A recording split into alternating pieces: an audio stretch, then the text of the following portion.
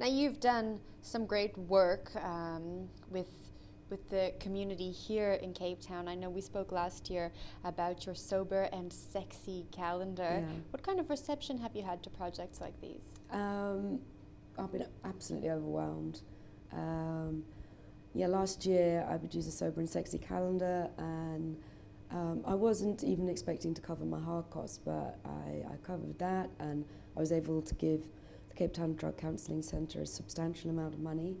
I hope I raised awareness, and it was such a success. I'm forging ahead with the 2017 calendar. I'm halfway through the shoots at the moment, and I'm hoping to reach as many people as I can. I'm very passionate about spreading the message of recovery.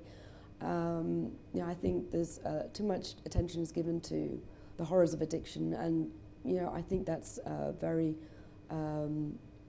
that's an important way of approaching it. But I think I just want to try and bring out the joys of recovery, and that we can live successful and fulfilling lives. So that part of it is what I want to try and transmit in the calendar, and coming to speak to you today, that it is possible, and to spread a message of hope if someone is struggling out there, that there is help and there is support, and it is possible. Have you experienced a lot of stigma or maybe negative perceptions when people hear that you're in recovery and that you used to be an addict? Is that stigma still there? Is that something that's changing? Well, if there is, I'm not aware. I mean, I'm very open about being in recovery.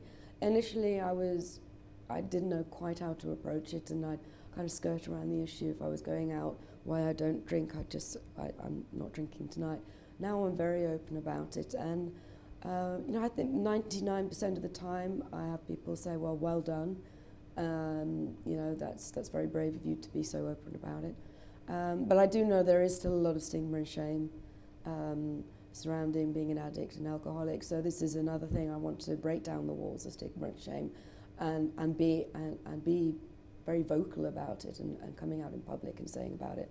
To try and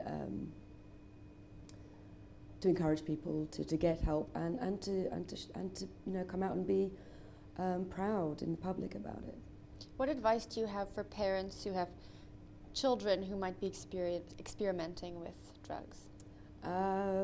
Wow, that's not really my area. I don't have children, but yeah, I mean, I know my mother went